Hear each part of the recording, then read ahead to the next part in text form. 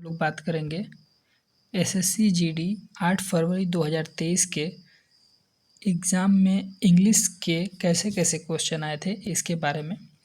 तो चलिए हम लोग पहले क्वेश्चन को देख लेते हैं। पहला क्वेश्चन कह रहा है select the most appropriate option that can be substitute the underline segment in the given sentence. तो ये दिया है जैसे Haider study really hard during 6 days. तो ये जितना अंडरलाइन किया हुआ है इसका आपको बताना है कि इसके जगह पे कौन सा इसमें से ऑप्शन करेक्ट होगा, जो आप फिलअप कर देंगे या फिर रख देंगे इसके बदले तो वो करेक्ट हो जाएगा। तो देखिए इसको पढ़ लेते हैं आगे। फिर कह रहा in order to crack the entrance exam. तो एंट्रेंस एग्ज़ाम को क्रैक करने के लिए उसने 6 दिन वास्तव में बहुत ज़्यादा कड़ी मेहनत की थी। तो देखिए इसका करेक्ट ऑप्शन जो है वो 4 हो जाएगा। अब देखिए ऐसा क्यों होगा कि 4 ही ऑप्शन सही है। देखिए studied really hard during those 6 days. देखिए इसमें जो क्वेश्चन दिया है इस क्वेश्चन के अकॉर्डिंग सूटेबल जो ऑप्शन यही होगा, इसलिए ये करेक्ट ऑप्शन हो जाएगा। चलिए हम लोग अगले क्वेश्चन की बात करेंगे। दूसरा क्वेश्चन कह रहा है select the most appropriate option to fill in the blank. तो ये जो फिलअप दिया है इसमें हम लोग को फिलअप करना है।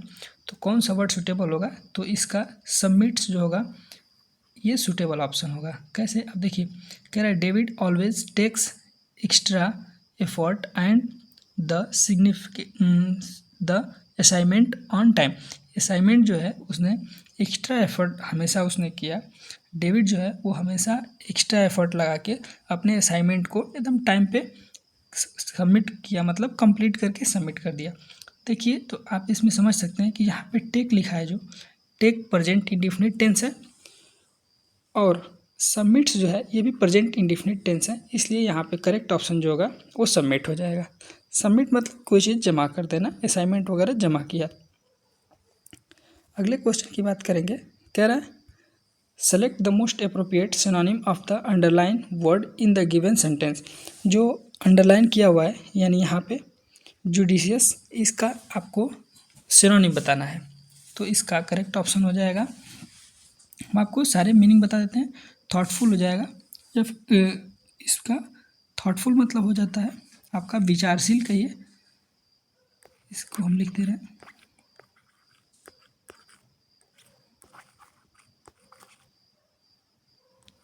विचारशील होता है, जबकि जुडिशियस मतलब भी उचित होता है या फिर विचारशील कह सकते हैं।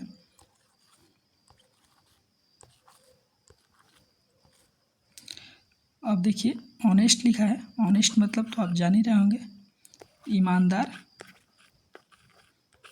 हम चारों ऑप्शन के आपको अच्छे से मीनिंग बता देते हैं। इरिटेशनल जो होता है, इरिटेशनल का मतलब होता है तर्कहीन, तर्कहीन कह सकते हैं आप। जबकि आपको फुलिश का मतलब बता देते हैं कि फुलिश का मतलब होता है मूर्ख या फिर बेवकूफ़। तो आप सारे मीनिंग को ध्यान में रखिएगा। चलिए अगले क्वेश्चन की बात करते हैं।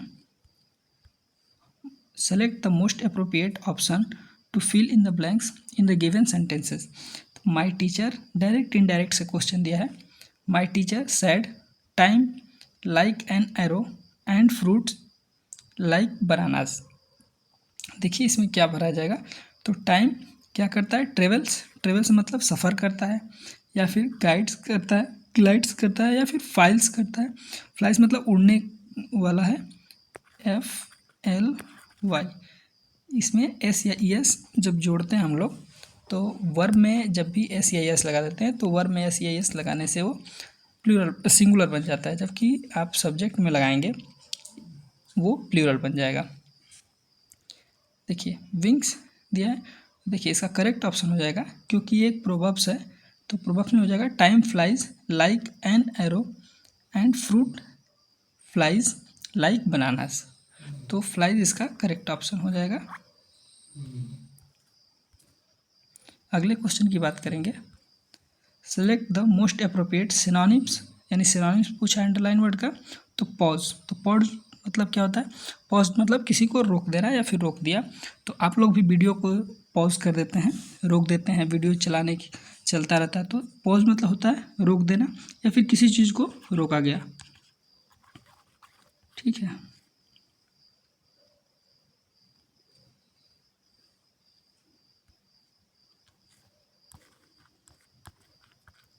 रोक देना। जबकि हम आपको चारों ऑप्शन बताएंगे, आप समझ जाएंगे किसके मतलब क्या होता है और कौन इसका करेक्ट सिनोनिम हो जाएगा। देखिए, प्रिसिस्टेंट मतलब होता है कोई चीज़ मौजूदा हालत में या फिर कहीं से बच निकलना, ये इसका मतलब होता है। ठीक है, तो इसका मतलब हो जाएगा,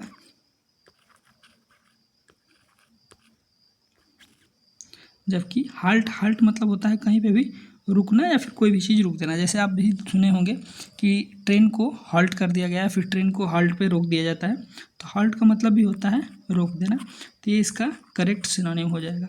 जबकि हम आगे अभी आपको सारी मीनिंग बता देते हैं।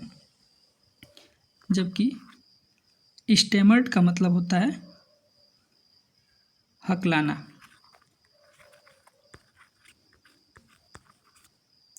कोई आदमी हकला हकला के बोलते हैं या फिर रुक रुक के बोलते हैं, उसी को बोलते हैं। जबकि लेफ्ट का मतलब होता है बाएं।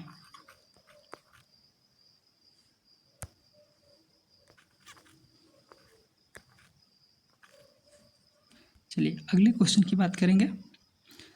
Select the most appropriate option to fill in the blanks. अब इस देखिए क्या कह रहा competition and cooperation are the most, fill करना है elements of the companies successful story. देखिए, सक्सेस की स्टोरी किसी भी कंपनी के लिए सबसे मोस्ट क्या होता है? तो सबसे मोस्ट इम्पॉर्टेंट होता है। ठीक है, अब क्या क्या मोस्ट इम्पॉर्टेंट एलिमेंट है सक्सेस के? तो वो होते हैं आप कंपटीशन, किसी भी चीज़ में कंपटीशन होता है तो उस चीज़ में आप ज़्यादा इम्पॉर्टेंट मायने क्या रखता है कि आप कैसे सक्सेस होंगे, उसके क्या क्या एलिमेंट हैं, तो वो चीज़ें आपको मायने रखती हैं। इसी चीज़ के बारे में बताया है, तो इम्पॉर्टेंट इसके करेक्ट ऑप्शन हो जाएगा। जबकि आपको हम बाकी क्वेश्चन के ऑप्शन के बारे में बता देते हैं। इनएप्रोप्रिएट का मतलब होता है अनुचित,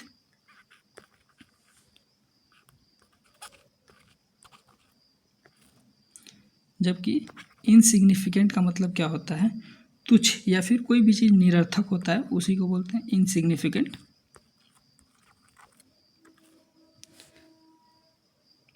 इम्पॉर्टेंट का मतलब तो आप समझ ही गए होंगे, महत्वपूर्ण।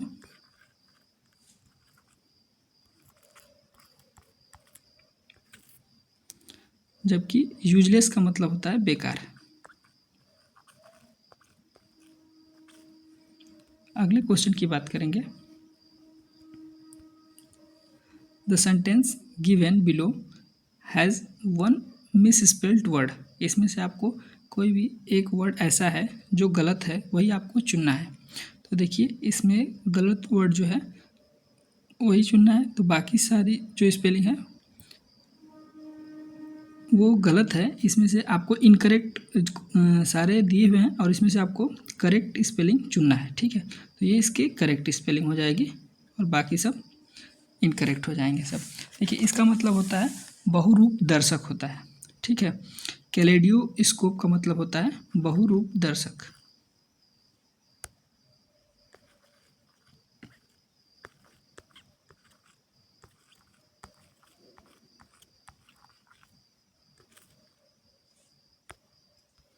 अगले क्वेश्चन की बात करेंगे।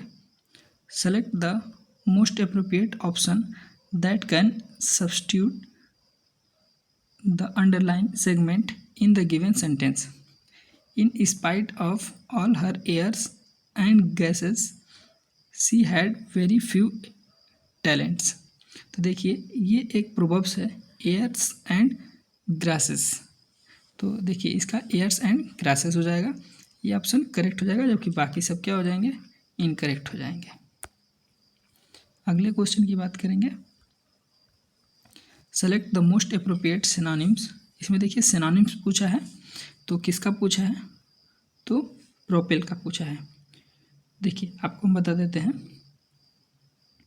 प्रोपेल का मतलब होता है किसी चीज़ को ढकेलना या फिर प्रेरित करना, ऊपर की तरफ बढ़ाना। तो प्रोपेल का मतलब क्या होता है? किसी चीज़ को ढकेलना।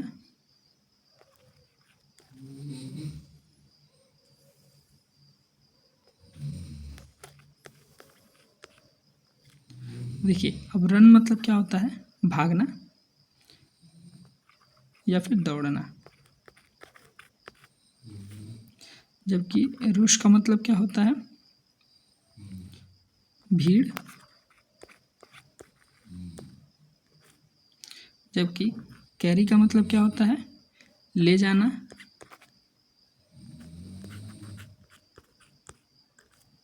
जबकि मूव का मतलब होता है स्थान परिवर्तन करना एक जगह से, यहाँ से यानी यहाँ पे आप चले गए, स्थान को आपने परिवर्तन कर दिया, तो इसी को हम लोग मूव बोलते हैं। ठीक, अगले क्वेश्चन की बात करेंगे, इसमें मूव करेक्ट ऑप्शन हो जाएगा।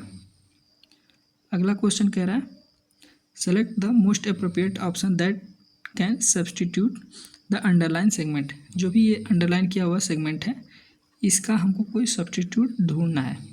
कह रहा when he had and in his homework he forget to give the teacher the last page।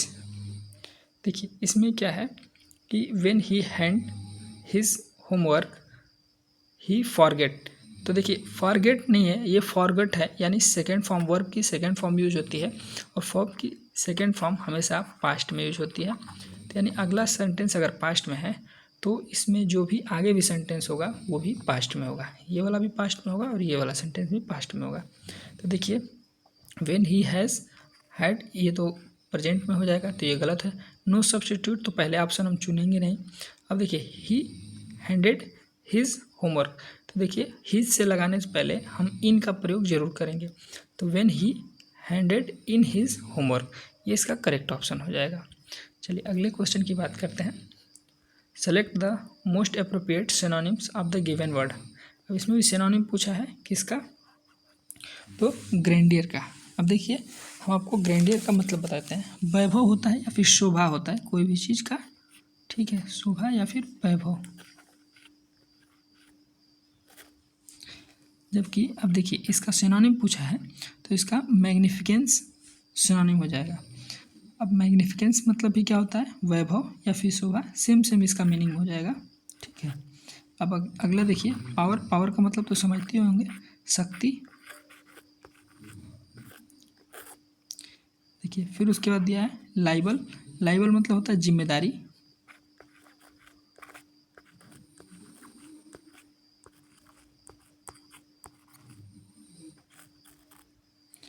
जबकि देखिए कोमोशन, कोमोशन का मतलब क्या होता है, तो कोमोशन मतलब होता है हलचल।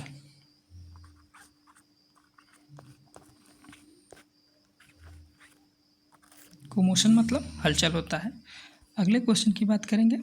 Select the most appropriate option to substitute the underline segment. तो अंडरलाइन सेगमेंट का आप क्वेश्चन को चाहें तो पूरा भी पढ़ सकते हैं, लेकिन पूरा पढ़ के हमारा टाइम ही वेस्ट होगा, इसलिए हम लोग केवल टू द पॉइंट पॉइंट चीज़ों को पढ़ेंगे। अब देखिए इसमें कह रहा है वाटर पॉल्यूशन, कह रहा है not only endangers human health but also our environment. तो इसका करेक्ट ऑप्शन हो जाएगा, देखिए इन्वायरमेंट के लिए कोई भी चीज़ इन डेंजर नहीं, हार्म्स होते हैं, मतलब हार्मफुल होते हैं, तो उसके लिए करेक्ट ऑप्शन हमारा हार्म्स हो जाएगा। अब देखिए इसमें आगे आपको बताते हैं ओनली कॉजेज़ का मतलब होता है केवल कारण होता है, कारण। जबकि इसका मतलब शैटर्स का मतलब टुकड़ा होता है। तो ये आपका ऑप्शन तो होंगे नहीं सब। और क्लैशेज मतलब क्या होता है, तो क्लैशेज मतलब संघर्ष होता है।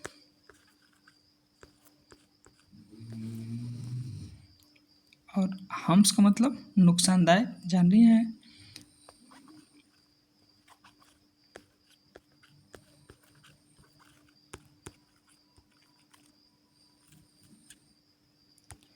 अगले क्वेश्चन की बात करेंगे। Select the appropriate idioms can be replace. तो देखिए इडियम्स पूछा है, तो कह रहा है it was a great chance you missed out an opportunity.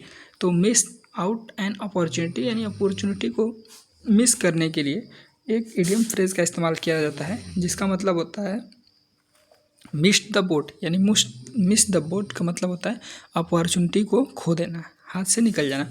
बाकी सब जो भी दिया है गलत दे दिया है, इडियम्स फ्रेज। तो हमारा करेक्ट ऑप्शन तीसरा हो जाएगा। अगले क्वेश्चन की बात करेंगे। Select the most appropriate antonym के बारे में पूछ रहा है, तो एंटोनिम बता देंगे। अब देखिए, प्रोम्प्ट। प्रोम्प्ट बोला है, प्रोम्प्ट का मतलब होता है शीघ्र। शीघ्र। अब देखिए, तो इसका हमको उल्टा बनाना है, यानी शीघ्र का उल्टा क्या हो जाएगा, तो देर से हो जाएगा। अब देखिए, अटेंटिव। तो अटेंटिव का मतलब क्या हो जाता है, तो अटेंटिव मतलब हो जाता है सचेत। सचेत। जबकि देखिए, इनिशिएट। इनिशिएट मतलब क्या होता है, कोई भी चीज़ शुरुआत करना या फिर आरंभ।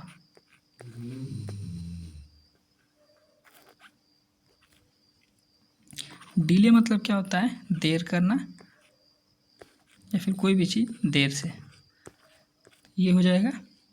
जबकि इफ़िशिएंट का मतलब क्या होता है, कुशल होता है। कोई व्यक्ति कितना कुशल है, यानी कितना इफ़िशिएंट है, ये हम लोग देखते हैं। अगले क्वेश्चन की बात करेंगे। Select the most appropriate antonym. इसमें भी एंटोनिम ही पूछा है। तो देखिए, इसमें दिया है रेलिवेंट।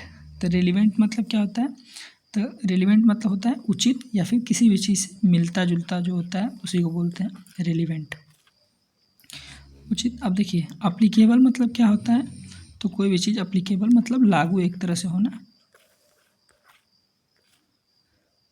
इग्नोरेंट मतलब क्या होता है, तो किसी को इग्नोरेंट करना मतलब अनजान की तरह ट्रीट करना।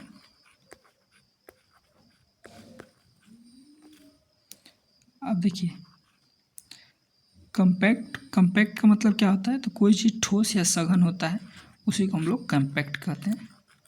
जैसे देखे होंगे, सीडी का पूरा नाम बोलते हैं कंपैक्ट डिस्क, यानी हार्ड डिस्क होता है, ठीक है। जबकि इनसिग्निफिकेंट का मतलब क्या होता है, तो इसका उचित का क्या हो जाएगा, तुच्छ हो जाएगा या फिर अनुचित हो जाएगा, तो इसका हो जाएगा तुच्छ। ये इसका करेक्ट ऑप्शन हो जाएगा, जो कि एंटोनिम पूछा था। अब हम लोग देखेंगे, एक कॉम्प्रिहेंशन दिया है, उसमें से आपको कुछ वर्ड गायब किए गए हैं जिसको आपको फिलअप करना है। तो देखिए, हम लोग पढ़ते हैं। कह रहा outside the world had become a formless. अब इसमें कौन सा ऑप्शन हो जाएगा, अब देखिए, विथ नो शेप। तो विथ नो शेप कह रहा है, तो अब देखिए हम चारों की मीनिंग को देख लेते हैं, उसके बाद हमको समझ में आ जाएगा कौन सा भरना है। तो अगला कह रहा है, इसमें एम्बिजियस कह रहा है। एम्बिजियस मतलब होता है अस्पष्ट। जैसे मान लीजिए कोई भी चीज़ आपको क्लियर नहीं दिखाई देता है, तो उसी को हम लोग क्या बोलते हैं, अस्पष्ट। तो एम्बिजियस मतलब क्या होता है, अस्पष्ट। तो अस्पष्ट का मतलब यह है कि मतलब किसी चीज़ का शेप अस्पष्ट, तो बड़ा अच्छा वर्ड नहीं मिल रहा है हमको। जबकि एम्बिविलेंट। इम्बिविलेंट का मतलब क्या होता है, उभयभाषी होता है, उभयभावी। तो ये उभयभावी भी नहीं होगा। जबकि एडिवेंट का मतलब क्या होता है, एडिवेंट का मतलब होता है आगमन, किसी चीज़ का आना या फिर आगमन, उसी को बोलते हैं। ये भी ऑप्शन नहीं होगा। अब देखिए, एमॉर्फस। एमॉर्फस। एमॉर्फस का मतलब होता है आकारहीन, जिसका कोई आकार ही ना हो, तो ये इसका करेक्ट ऑप्शन होगा, आकारहीन। अब देखिए कैसे हो जाएगा, क्योंकि एक जो वो फॉर्मलेस था, आकारहीन था, और उसका कोई शेप नहीं था, यही बोल रहा है, कह रहा है कि with no shape. No shape. अगले क्वेश्चन की बात करेंगे। देखिए, सेम वही रहेगा। अब इसमें क्या बोल रहा है, नो शेप है, उसके बाद while the house itself seem to have twisted and stretches there was streaky web stuff फिल करना है टू हर आर्म्स। तो देखिए, इसमें करेक्ट ऑप्शन हो जाएगा क्लंग। अब आपको हम एक ही चीज़ का मतलब बताते हैं। ड्राई का मतलब होता है सुखाना, ड्राइड का मतलब सुखा दिया किसी चीज़ को, या फिर सूखा भी कह सकते हैं आप, तो इसका मतलब हो जाता है सूखा। जबकि क्लंग का मतलब होता है चिपटा। क्लंग का मतलब होता है चिपटा या फिर चिपटना कह सकते हैं आप। जबकि अनमूर, अनमूर का मतलब होता है अलग करना।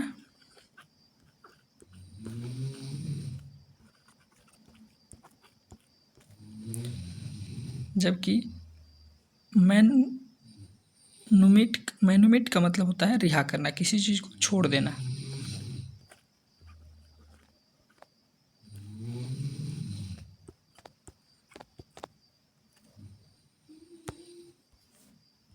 अगले क्वेश्चन की बात करेंगे।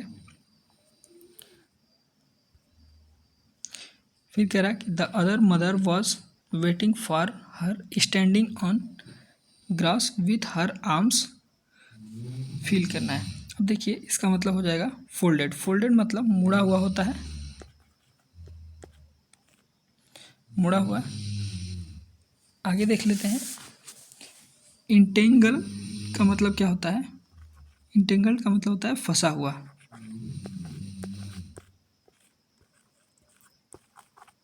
फंसा हुआ। ज्वाइंट का मतलब होता है जुड़ा हुआ।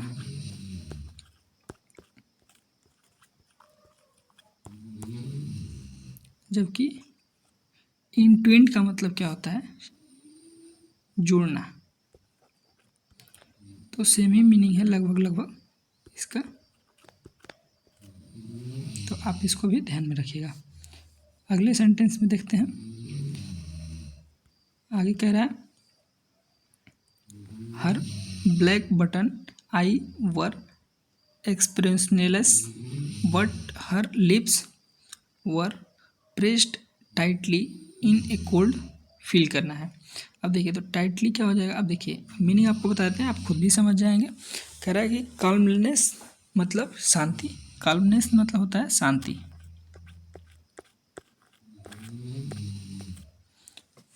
जबकि फ्री का मतलब होता है FURY। फ्री का मतलब होता है क्रोध। क्रोध। जबकि क्वेंटिडू मतलब क्या होता है? संतोष या फिर शांति भी होता है इसका मतलब भी। और सेरेनिटी का मतलब भी क्या होता है? शांति या संतोष होता है। तो सबकी मीनिंग सेम रहेगी। ठीक है, तो इसको भी आप ध्यान में रखिएगा। अगले क्वेश्चन की बात करते हैं जो कि हमारा आखिरी क्वेश्चन होगा। अब देखिए इसमें कह रहा है व्हेन सी सा मायना सी रिस्ट। फील करना है वन लॉन्ग। देखिए ये एक फ्रीज वर्ब है। रिस्ट आउट होता है, रिस्ट के साथ आउट का इस्तेमाल करते हैं। Wrist out one long white hand and she crooked a finger. तो ये इसका करेक्ट ऑप्शन हो जाएगा। वीडियो अच्छी लगी तो चैनल को जरूर सब्सक्राइब करें।